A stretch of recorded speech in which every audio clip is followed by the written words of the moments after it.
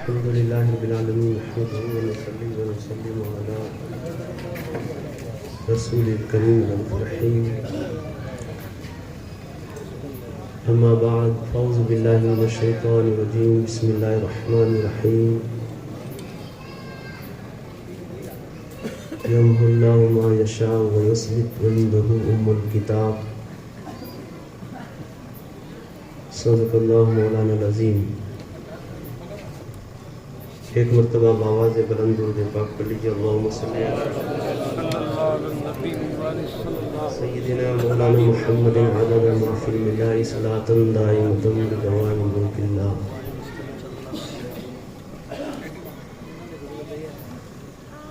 اللہ تبارک و تعالیٰ کا فضل و کرم ہے،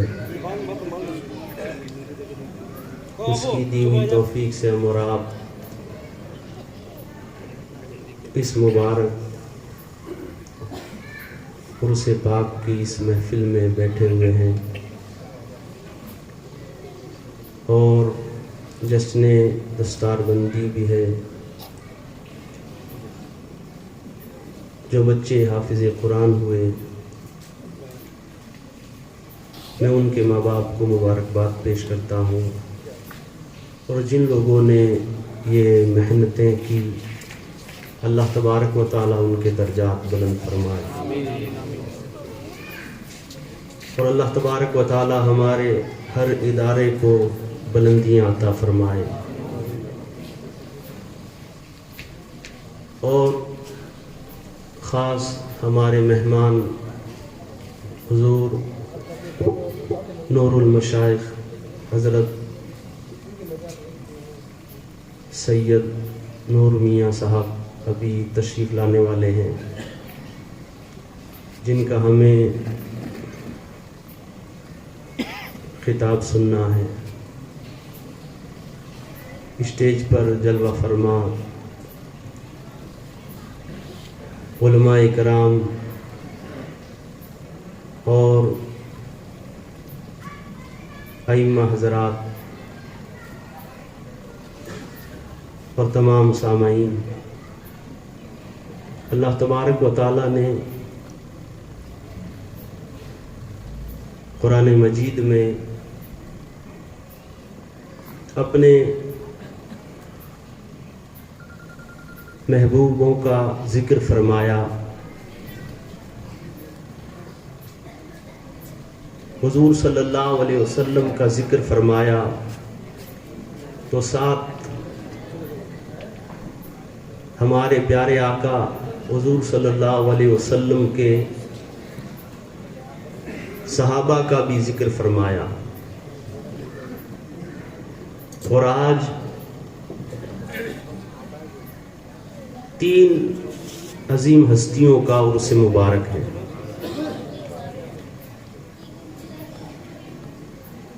سب سے بڑی ہستی اور جو ہمارے سرکار کے صحابی بھی ہیں اور کاتب وحی بھی ہیں، حضرت سیدنا حضرت امیر معاویہ رضی اللہ تعالیٰ عنہ، آپ کا بھی آج عرس مبارک ہے۔ اور سلطان التارکین حضور صوفی حمید الدین ناگوری، آپ کے بڑے صاحبزادے حضرت خواجہ عزیز الدین، اور تیسری عظیم ہستی جن کے سائے میں ہم بیٹھے ہوئے ہیں حضرت حمید الدین ریحانی۔ آج ان عظیم ہستیوں کا عرس مبارک ہے، اور عرس کا آپ حضرات مطلب سمجھتے ہیں کہ ان کے وصال کا دن ہوتا ہے، اور وصال ان کا اپنے مولا سے ہوتا ہے۔ ان کی ملاقات رب تبارک و تعالیٰ سے ہوتی ہے، تو یہ جتنا ہم لوگ ان کی اور اپنے مولا کی ملاقات پر جتنی ہم خوشی مناتے ہیں، اس سے زیادہ ان کی روح خوش ہوتی ہے، اس لیے کہ انہوں نے اس دنیا کے اندر، اس شہر ناگور کے اندر بڑی تکلیفیں اٹھائی. ایسے دور کے اندر آپ تشریف لائے کہ کہیں پر بھی کوئی ایک بھی مسلمان نظر نہیں آتا تھا. آپ ایسے وقت میں یہاں پر تشریف لائے اور انہی غیر لوگوں کے لباس میں آپ تشریف لے آئے. یہاں پر کوئی نہیں جو ان کا استقبال کرتا یا ان کے ٹھہرنے کا انتظام کرتا یا ان کے کھانے کا انتظام کرتا. کوئی بھی ایسا نہیں تھا جو ان کے سامنے آ کر ان کی کوئی مدد کرتا، مگر اس کے باوجود انہوں نے دین اور اسلام کے خاطر اپنا سب کچھ قربان کر کے، سب کچھ چھوڑ کر انہوں نے اپنی پوری زندگی دین اور اسلام کے خاطر یہاں پر لگا دی. اور آج الحمدللہ جو ہمیں دین اور اسلام ملا ہے تو حضرت حمید الدین ریحانی کے صدقے میں ملا ہے. ان کے قدموں کی یہ برکت ہے کہ آج ہمارے سروں پر ٹوپیاں ہیں، ہماری زبان پر رب تبارک و تعالیٰ کا ذکر ہو رہا. سب سے پہلے آپ تشریف لائے حضرت قاضی حمید الدین ناگوری سے بھی کئی سال پہلے آپ تشریف لائے. اور جب قاضی حمید الدین ناگوری آپ آئے تھے اس وقت کا حال بھی ہمیں معلوم ہے کہ اس وقت بھی اذان بلند آواز سے نہیں دی جاتی تھی. ایک مسلمان کو ہر روز ذبح کیا جاتا تھا. یہ حالات تھے ناگور کے اس دور کے اندر. اس سے پہلے حضرت حمید الدین ریحانی آپ تشریف لائے. ان کو اپنی جان کی فکر نہیں تھی، ان لوگوں کو فکر تھی تو حضور صلی اللہ علیہ وسلم کے دین کی فکر تھی، اسلام کی فکر تھی. اور آج اگر میں یوں کہوں کہ ناگور کے تمام اولیاؤں کے آپ امام ہیں تو یہ بات حق ہے، اس لیے کہ آپ سارے اولیاؤں سے پہلے تشریف لائے. سارے یہاں پر جتنے بھی اولیاء کرام آئے ہیں ان سب سے پہلے آ کر آپ نے یہاں پر دین کی شمع روشن فرما دی. آپ کا اتنا بڑا احسان ہے ہم پر. انہی کی بارگاہ میں ہم لوگ بیٹھے ہوئے ہیں. اور جو عرس کا دن ہوتا ہے بڑا ہی مبارک دن ہوتا ہے. جب کسی کی شادی ہوتی ہے تو وہ شادی کے اندر اپنے دوستوں کو، رشتہ داروں کو، پڑوسیوں کو، سب کو بلاتا ہے. اور عرس جو ہوتا ہے اس میں ان اللہ والوں کی اپنے مولا سے ملاقات ہوتی ہے. تو پھر کیا ہوتا ہے؟ صرف یہ اکیلے ہی یہاں پر آج جل و فرما نہیں ہے بلکہ ناگور کے تمام اولیاء ان کو مبارکباد دینے کے لیے آئے ہوئے ہیں. اس لیے کہ جہاں پر جس اللہ کے ولی کا عرس ہوتا ہے وہاں پر تمام اولیاء جمع ہو کر انہیں مبارکباد دیتے ہیں. حضرت خواجہ مرزا مظہر جانے جانا، آپ نے خواب دیکھا اور وہ خواب میں نے درگاہ صوفی صاحب میں جمعہ کے دن کئی مرتبہ یہ بات کہی ہے. جہاں پر عرس ہوتا ہے حضرت خواجہ مرزا مظہر جانے جانا سلسلہ نقش بند کے بہت بڑے بزرگ ہیں. آپ نے خواب دیکھا کہ سارے اولیاء، تمام صحابہ کی جماعت ایک ایسی جگہ پر جلوہ فرما ہے، صفیں بندی ہوئی ہے. جو اونچے مقام کے اولیاء ہیں وہ آگے بیٹھے ہوئے ہیں، ان سے پیچھے ان کے درجے سے کم اولیاء، پھر ان کے پیچھے اور اولیاء. اس طریقے سے بہت بڑی جماعت وہاں پر کھڑی ہے. ایک جگہ پر میں بھی بیٹھا ہوا تھا. آپ نے کہا کہ اچانک سے وہ ساری جماعت وہاں سے کھڑی ہو گئی. ساری جماعت جب کھڑی ہوئی اعلان ہوا، کہا کہ ارے کیا ہو رہا ہے، یہ سب کیوں کھڑے ہو رہے ہیں؟ تو بتایا گیا کہ سامنے سے وہ جو حجرہ ہے اور اس حجرے سے جو نور نکل رہا ہے وہاں سے حضرت سرکار مولا علی تشریف لا رہے ہیں، وہاں سے حضرت مولا علی آ رہے ہیں۔ جب سارے اولیاء کھڑے ہو گئے اور ان سب کی توجہ جب اس حجرے کی طرف ہوئی تو سارے اولیاء نے دیکھا کہ حضور حضرت سرکار مولا علی تشریف لا رہے ہیں، ساتھ میں حضرت سیدنا صدیق اکبر ہیں، اور حضرت مولا علی نے ایک بزرگ کا دایاں ہاتھ پکڑا ہوا ہے، اور جن بزرگ کا آپ نے ہاتھ پکڑا ہوا ہے ان بزرگ کی حالت ایسی ہے کہ ان کی داڑھی مبارک سینے سے ٹچ ہے، گردن جھکی ہوئی ہے، بال بکھرے ہوئے ہیں۔ ایسی حالت میں حضرت مولا علی انہیں پکڑ کر لا رہے ہیں۔ حضرت خواجہ مرزا مظہر جانے جانا آپ نے اپنے پاس والے ولی سے پوچھا، کہا کہ یہ کون ہے جنہیں حضرت مولا علی لے کر آ رہے ہیں؟ تو ان بزرگ نے کہا کہ جنہیں حضرت سرکار مولا علی پکڑ کر لا رہے ہیں یہ حضرت اویس کرنی ہے، یہ حضرت سرکار اویس کرنی ہے۔ تو کہا کہ اب یہ جماعت کہاں جا رہی ہے؟ مولا علی کے پیچھے یہ ساری جماعت کہاں جا رہی ہے؟ تو اعلان ہوا، کہا کہ آج بغداد والے غوث اعظم کا عرس ہے، وہاں پر سارے اولیاء شریک ہونے جا رہے ہیں، سارے اولیاء وہاں شریک ہونے کے لیے جا رہے ہیں۔ بتاؤ کہ جب حضور حضرت غوث اعظم کا عرس ہو تو اتنی بڑی ہستیاں وہاں پر ان کو مبارکباد دینے کے لیے جاتی ہے، تو یہاں پر کیوں نہیں ناگور کے اولیاء تشریف لائے ہوں گے؟ ان کے پیر و مرشد کیوں نہیں تشریف لائے ہوں گے کہ آج آپ کی اپنے مولا سے ملاقات ہے، تمہیں مبارک ہو۔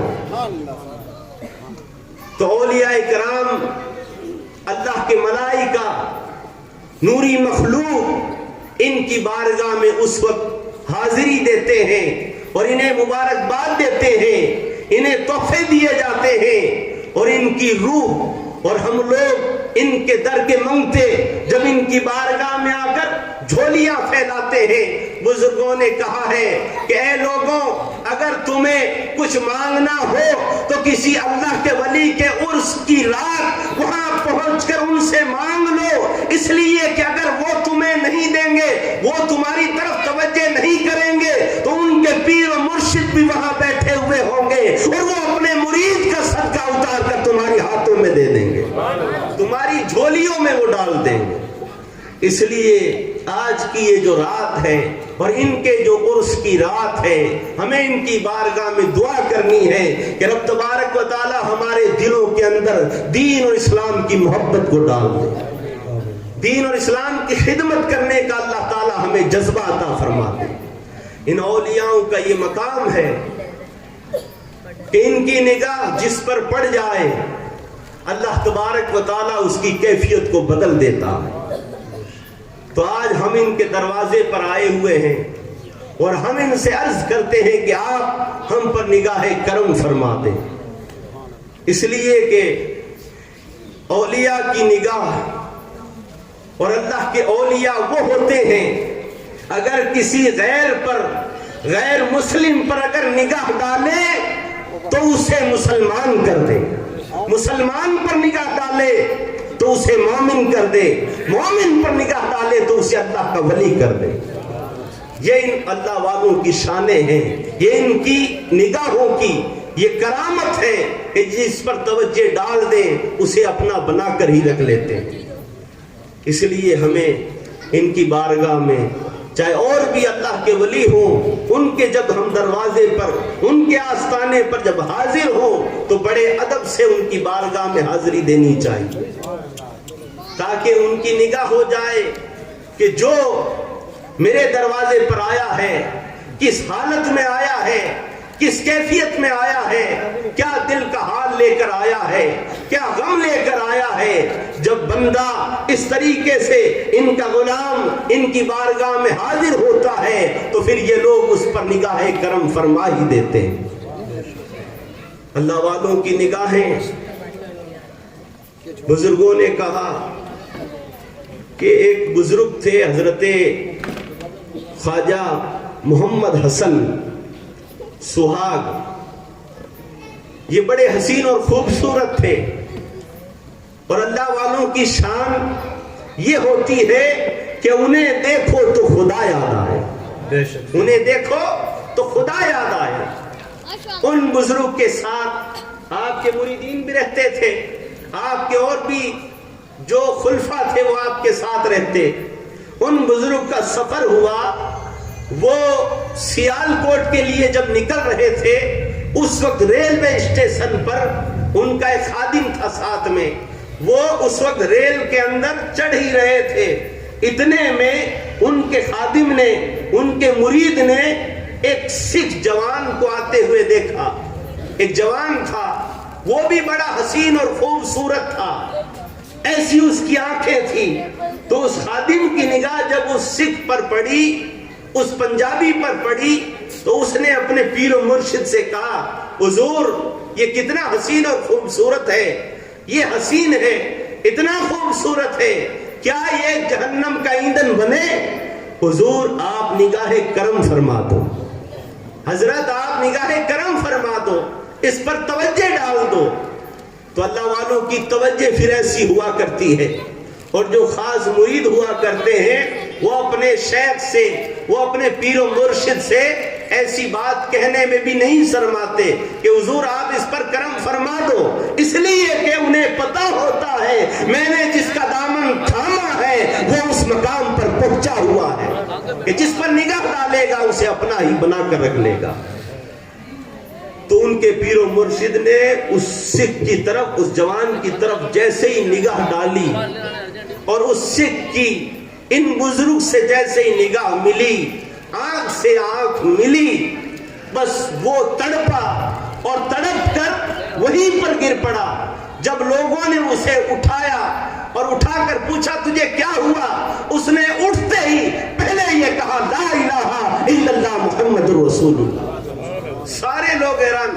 حضرت پیر صاحب حضرت محمد حسن آپ تو ریل میں سوار ہو کر وہاں سے چلے گئے. ادھر لوگوں نے کہا کہ وہ جو بابا آیا تھا اس نے اس پر کچھ پڑھ کر پھینکا یا انہوں نے اس سے کچھ کہا. ایک دم سے گرا اور گر کر یہ تو کلمہ پڑھنا اس نے شروع کر دیا. اس کے ساتھیوں نے اسے گھر لے کر گئے. اس کے ساتھی جب اسے گھر لے گئے تب بھی وہ لا الہ الا اللہ, لا الہ الا اللہ, لا الہ الا اللہ. اس کے گھر والوں نے کہا یہ کیا ہو گیا؟ اس کا باپ کہتا بیٹا یہ کیا کہہ رہا ہے, تو نے مسلمانوں کا یہ کلمہ کیوں پڑھنا شروع کر دیا ہے؟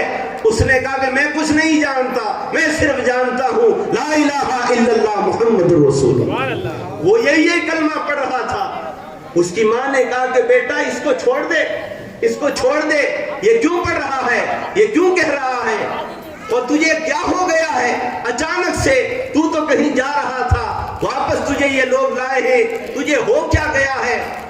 تو لوگوں نے کہا کہ وہ حضرت خواجہ محمد حسن نے اسے کچھ کہا. اسی ٹائم اسی وقت یہ گرا اور گر کر اس نے یہ کلمہ شروع کر دیا. تو اس کے گھر والوں نے کیا کیا کہ حضرت محمد حسن پر گھر والوں نے مقدمہ درج کروا دیا.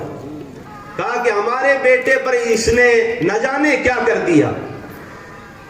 تو حضرت محمد حسن آپ اتنے حسین اور خوبصورت تھے, آپ کی آنکھیں ایسی تھی, آپ کا حسن و جمال ایسا تھا کہ آپ ہر وقت اپنے چہرے پر چادر ڈال کر رکھا کرتے تھے. ایک چادر لپٹی ہوئی ہوتی تھی اور آپ کسی کی طرف بھی نگاہ اٹھا کر نہیں دیکھتے. آپ پر جب کیس ہو گیا, آپ کو تاریخ دے دی گئی کہ اس تاریخ کو آپ کو عدالت میں پیش ہونا ہے, اتنے لوگوں کو لے کر ہونا ہے. پیر صاحب اپنے مریدوں کو لے کر اسی تاریخ کو عدالت کے باہر پہنچ گئے. اندر سارے سکھ برادری بیٹھی ہوئی ہے, اور لوگ بھی بیٹھے ہوئے ہیں, سارے لوگوں کا ہجوم ہے, جج بھی بیٹھا ہوا ہے, وکیل ان کا کھڑا ہے, اور اب اعلان ہونے والا ہے. کہا کہ محمد حسن کو اندر لایا جائے, فلاں بابے کو لایا جائے.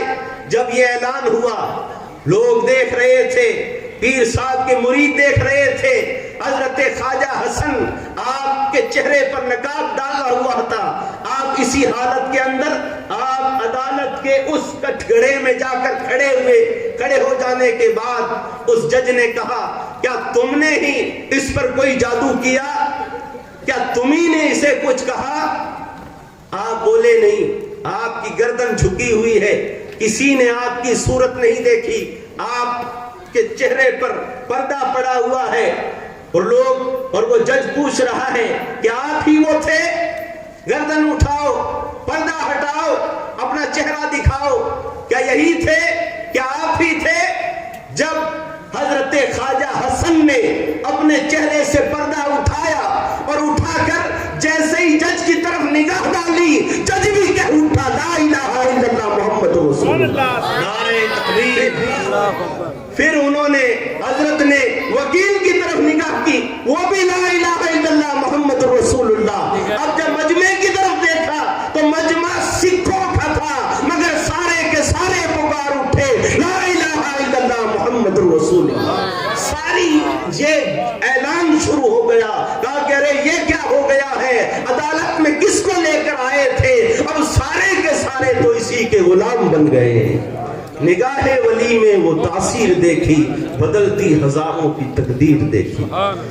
یہ اللہ والوں کی نگاہوں کا کرم ہوتا ہے کہ یہ جس پر نگاہ ڈال دیں اسے اپنا ہی بنا لیتے ہیں. تو الحمدللہ ہم جہاں پر بیٹھے ہوئے ہیں یہ بھی بڑی عظیم ہستی ہے, بڑا اونچا مقام ہے. کوئی ہو سمجھنے والا کہ آپ کیسی حالت کے اندر یہاں پر تشریف لے آئے, کیسے ظلم کے ماحول میں, کیسے اندھیرے کے ماحول کے اندر آپ یہاں پر آ گئے. اور آ کر آپ کی تاریخ آپ نے بارہا سنی ہے کہ یہاں پر آنے کے بعد یہاں کے لوگوں نے آپ کو جب دیکھا, آپ انہی کے لباس کے اندر آئے تھے, مہاراجوں کا لباس تھا, ایسے ہی آپ کے بال تھے, آپ کی صورت بھی آپ نے ویسی بنا رکھی تھی تاکہ ان لوگوں کو شک نہ ہو, اور آپ انہی کے اندر مل گئے. جب یہ لوگ آپ سے ملے تب آپ نے انہی کی زبان کے اندر ان سے بات کی. یہ لوگ سمجھے کہ یہ ہمارے ہی کوئی مہاراج ہیں, تو آپ کو وہاں پر جہاں پر آج وہ بت خانہ بنا ہوا ہے وہاں پر آپ کو جگہ دی گئی. تب آپ نے وہاں پر عورتیں خانے بنوائے. آپ اس خانے کے اندر رہ کر رات کے وقت جب سارا زمانہ آپ کو چھوڑ کر چلا جاتا تھا, اس وقت حمید الدین اٹھ کر رب تبارک و تعالیٰ کی عبادت میں لگ جایا کرتا. سارا زمانہ سمجھتا تھا کہ یہ ہمارا ہے, مگر رب تبارک و تعالیٰ کے یہ خاص محبوب بندے تھے جو رات کو اٹھ کر رب تبارک و تعالیٰ کی عبادت کرتے تھے, ذکر کرتے تھے. اور انہی کی بھاشا کے اندر آپ نے دین کی دعوت دی, اسلام بتایا, قرآن بتایا, اور کچھ اپنے شاگرد تیار کیے. جو شاگرد آپ کے پاس پنڈت جو لوگ بیٹھا کرتے تھے, آپ نے انہیں بھی نگاہ کرم فرما کر انہیں بھی داخل اسلام کر دیا. پھر آپ کا یہ جو کام تھا یہ آگے بڑھا, اور یہ کام بڑھتے بڑھتے مسلمان ہوتے چلے گئے. مسلمانوں کی تعداد جبکہ ابھی کم تھی, آدھے سے بھی کم تھی, ایسی حالت کے اندر آپ نے لوگوں کو ابھی چھپا کر رکھا تھا کہ ابھی تمہیں اعلان نہیں کرنا ہے. یہ ہم پیچھے جا کر اگر یہی تاریخ دیکھنا چاہیں, یہ اولیاء جو ہوتے ہیں, ان اولیاء کو وہ سبق وہ صفت دی جاتی ہے. کسی اللہ کے ولی کو حضرت ابراہیم علیہ السلام سے فیض ملتا ہے, کسی اللہ کے ولی کو حضرت موسیٰ علیہ السلام کی بارگاہ سے فیض ملتا ہے, کسی اللہ کے ولی کو حضرت یوسف علیہ السلام کی بارگاہ سے فیض ملتا ہے. جس اللہ کے ولی کو جس نبی سے فیض ملتا ہے, پھر اس اللہ کے ولی کے اندر وہی صفت ہوتی ہے, پھر وہ ویسی ہی کرامت دکھاتا ہے. تو آپ کی جو یہاں کی جو زندگی تھی, اگر ہم یہ زندگی دیکھنا چاہیں تو یہی زندگی اور یہی سٹوری حضرت خواجہ غریب نواز کی تھی. آپ بھی ایسے ہی ماحول میں آئے, آپ بھی سنسکرت کے بہت بڑے عالم, ویسے آپ شریعت اور طریقت کے تو بہت بڑے عالم اور امام تھے ہی, مگر آپ نے سنسکرت بھی سیکھی، اور وہ آپ ملتان سے ہوتے ہوئے جب آ رہے تھے وہاں پر آ کر آپ نے وہ بھاشا سیکھی جو ہند کی بھاشا تھی، وہاں پر آپ نے یہ بھاشا سیکھ کر آپ آگے بڑھے۔ تو یہ اولیاء کرام دین کی شمع اٹھائے ہوئے جب اس طرف بڑھ رہے تھے تو پھر ان کو یہ بھاشا بھی سکھائی جاتی تھی تاکہ تمہیں وہاں جا کر لوگوں کو، ان لوگوں کو انہی کی زبان کے اندر دین کی دعوت دینی ہے، تاکہ ان لوگوں کے ذہن میں کوئی اور بات نہ آئے اور وہ آسانی سے دین کو سمجھ جائے۔ تو آج اگر ہم بھی کسی کو نصیحت کریں تو اسے اس کا جو دماغ ہے، اس کا جو ذہن ہے، اس کی جو بھاشا ہے، اگر اسی کے اندر آسانی سے اگر اسے سمجھائیں تو وہ جلدی سے ہی سمجھ جاتا ہے۔ تو حضرت حمید الدین ریحانی آپ یہاں پر یہ دین کا کام، اسلام کو آگے بڑھا رہے تھے، اور جب آپ کے وصال کا وقت قریب آیا، کہتے ہیں کہ آپ کے کوئی بھائی تھے یا کوئی آپ کے مرید تھے یا آپ کے کوئی خادم تھے، وہ کہیں اور دوسری جگہ پر دین کا کام کر رہے تھے، اور یہ بھی ہم نے سنا ہے، یہ سنی ہوئی تاریخ میں آپ کو بتا رہا ہوں کہ آپ نے اپنے اس بھائی کو ایک گلاب کا پھول دیا تھا اور کہا تھا کہ جب یہ مرجھا جائے تم سمجھ لینا کہ میرا انتقال ہو گیا، اور تم جلدی ہی ناگور آ جانا، اس لیے کہ کہیں ایسا نہ ہو غیر لوگ مجھے اپنا سمجھ کر وہ لوگ اپنے ہی طریقے سے مجھے جلا نہ دے، اس لیے تم جلدی سے آ جانا۔ اور بعض کہتے ہیں کہ وہ الگ بات ہوئی، اس کے بعد آپ کا جب وصال ہوا تو انہی غیر لوگوں نے اپنے طریقے سے آپ کی ارتھی بنائی گئی، آپ کو وہاں پر لٹا دیا گیا، اور اس کے بعد آپ کے اس جنازے کو لے کر جب چلے تو کہتے ہیں کہ جب ماہی دروازہ کے قریب جب آپ کا جنازہ پہنچا تو اچانک سے دیکھا کہ آپ کا جسم مبارک اس ارتھی سے غائب ہو گیا۔ وہ سارے لوگ حیران ہو گئے، اور جو آپ نے جن لوگوں کو مسلمان بنایا تھا اور جو آپ کے غلام بنے تھے، جو آپ کے عاشق بنے تھے، ان لوگوں کو جب پتا چلا تو وہ بھی ساتھ تھے، اور وہ انتظار کر رہے تھے کہ کب حضرت کا حکم ہو اور ہم حضرت کو لے جا کر یہاں پر دفن کر دیں۔ وہ بھی انتظار کر رہے تھے، اور جب یہ منظر ہوا تو سارے لوگ حیران ہو گئے، کہا کہ یہ کیا ہوا؟ پھر تھوڑی ہی دیر بعد واپس آپ کا جسم مبارک اسی جگہ پر، اسی چارپائی پر آ جاتا ہے۔ پھر لوگ پھر حیران ہوئے، کہا کہ یہ کیا ہو گیا؟ تو پھر جو مسلمان تھے انہوں نے کہا کہ یہ تو ہمارے ہیں اور یہ ہمارے شیخ ہیں، ہمارے پیر ہیں، تم یہ کیا کر رہے ہو؟ ہم تمہیں لے جانے نہیں دیں گے۔ ان لوگوں نے کہا کہ ہم تمہیں نہیں لے جانے دیں گے اس لیے کہ یہ تو ہمارے مہاراج تھے، فلاں جگہ کے اندر یہ کام کرتے تھے، انہوں نے اتنے سال رہ کر یہاں پر اتنا بڑا کام کیا ہے، یہ تو ہمارے ہیں۔ مسلمان کہہ رہے تھے ہمارے ہیں۔ اتنے میں وہ جو گلاب کا پھول تھا اور وہ جو آپ کے بھائی تھے وہ وہاں پر پہنچ گئے، اور جب پہنچے تو وہ منظر دیکھا، لوگوں کے اندر لڑائی جھگڑے کا ماحول دیکھا، تب انہوں نے آگے بڑھ کر کہا کہ نہیں، یہ مسلمان ہیں، تم انہیں نہیں لے جا سکتے ہو، یہ مسلمان ہیں۔